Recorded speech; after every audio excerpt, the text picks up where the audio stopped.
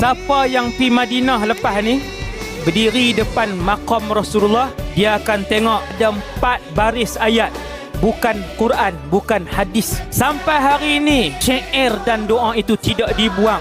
4 baris. Ada kubur Nabi, kita bagi salam, ada tiang kanan kiri itu kisah bertawassul dengan Rasulullah. Orang biasa Arab Badui.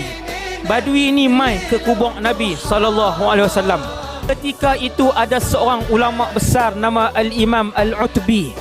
Badui ini mai menghampiri maqam Rasulullah SAW. Dia duduk dekat dengan kepala. Lalu Badui ini pun baca ayat Quran surah An-Nisa ayat 64. Siapa yang berbuat dosa kemudian pi bertawassul dekat Rasulullah SAW walaupun lepas Nabi wafat, Allah Ta'ala sebut, jikalau mereka menzalimi diri mereka, berbuat dosa, datang kepadamu iaitu Nabi Muhammad, lalu memohon kepada Allah dan Rasul, dan Rasul pun memohonkan ampun untuk mereka. Siapa pi kubur Nabi boleh buat macam ni. Ini antara amalan yang kita boleh lakukan kalau kita ke kubur Rasulullah sallallahu alaihi wasallam.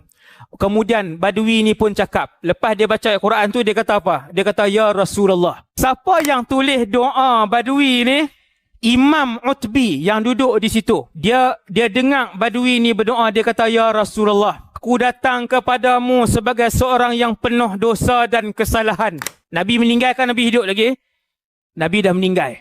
Aku datang kepadamu dengan penuh penyesalan dan berharap akan syafaatmu di sisi Allah. Dia tak minta dengan Nabi, dia minta kepada Allah, bertawassulkan Rasulullah sallallahu alaihi wasallam. Habis dia berdoa, Badui itu pun baca syair yang saya sebut tadi ni. Apa kata Imam Utbi? Ni Imam Utbi kata, aku dengar sampai habis doa dan syair yang dia lantunkan. Kemudian aku tertidur di depan maqam tu. Imam tu tertidur. Dia tertidur. Dalam tidurku, lalu aku melihat Rasulullah SAW. Nabi kata apa? Nabi kata, wahai Utbi. Nabi panggil ulama tu. Wahai Utbi, pergi cari lelaki Badui tadi, sampaikan berita gembira kepadanya bahawa Allah telah mengampuni dosanya.